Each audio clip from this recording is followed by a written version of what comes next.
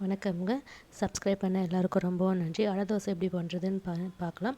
அடை தோசைக்கு முதல்ல கடலைப்பருப்பு 3/4 கப் எடுத்துக்கோங்க. இட்லி அரிசி 1 கப்பு, உளுத்தம் பருப்பு 1/4 கப்பு, முழு பாசிப்பருப்பு இருக்குது இல்லைங்களா, தோல் உரிக்காதது அது 1/4 கப்பு, பைத்தம்பருப்பு 2 டீஸ்பூன், துவரம்பருப்பு 2 டீஸ்பூன்.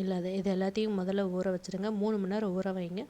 3 மணி நேரத்துலேருந்து 4 மணி நேரம் வரைக்கும் ஊறட்டும். நல்லா ஊறினதுக்கப்புறம் வாஷ் பண்ணி அதில் இஞ்சி பூண்டு மிளகா போட்டுக்கோங்க. போட்டு நல்லா மையாக அரைச்சி எடுத்ததுக்கப்புறம் பெருங்காயத்தூளும் அப்புறம் உப்பு மஞ்சத்தூள்லாம் போட்டு நல்லா கலந்து ஒரு 3 மணி நேரம் புளிக்க வைங்க.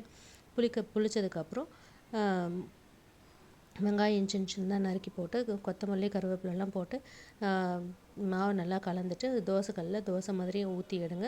நம்ம கடலப்பருப்பு கொஞ்சம் கூடவே நிறைய போட்டதுனால கொஞ்சம் மொறுமொறுன்னு வரும். குழந்தைங்க விருப்பமாக சாப்பிடுவாங்க. வீட்டில் எல்லாருக்கும் ரொம்பவும் பிடிக்கும். நீங்கள் ட்ரை பண்ணி பாருங்கள். குழந்தைங்களுக்கும் இன்னும் நீங்கள் ஹெல்த்தியாக கொடுக்கணும் அப்படின்னு நீங்கள் நினச்சிங்கன்னா கேரட்டு திருவி இல்லைனா பீட்ரூட் திருவி போட்டு நீங்கள் கொடுக்கலாம். ட்ரை பண்ணி பாருங்கள். நல்லா டேஸ்ட்டாக இருக்கும். பசங்க ரொம்ப விருப்பமாக சாப்பிடுவாங்க. எங்கள் வீட்டில் எல்லாருமே நல்லா விருப்பமாக சாப்பிடுவாங்க. நீங்கள் ட்ரை பண்ணி பாருங்கள். இதுக்கு நான் சைட் டிஷ்ஷாக தேங்காய் சட்னி தான் பண்ணேன். இது நல்லா டேஸ்ட்டாக இருக்கும். அடை தோசையும் தேங்காய் சட்னியும் காம்பினேஷன் நல்லா இருக்கும். இன்னும் உங்களுக்கு காரம் அதிகமாக வேணும் அப்படின்னா நீங்கள் கார சட்னியே பண்ணலாம். செம்ம சூப்பராக இருக்கும். கார சட்னி நீங்கள் பண்ணி கொடுத்தீங்கன்னா ரொம்ப டேஸ்ட்டாக இருக்கும். ட்ரை பண்ணி பாருங்கள். எங்கள் வீட்டில் எல்லாருமே நல்லா சாப்பிட்டு நல்லா இருக்குன்னு சொல்லியிருந்தாங்க. நீங்கள் ட்ரை பண்ணி பாருங்கள். அடை தோசை எல்லாருக்கும் ரொம்பவும் பிடிக்கும். ட்ரை பண்ணுங்கள். தேங்க்யூ.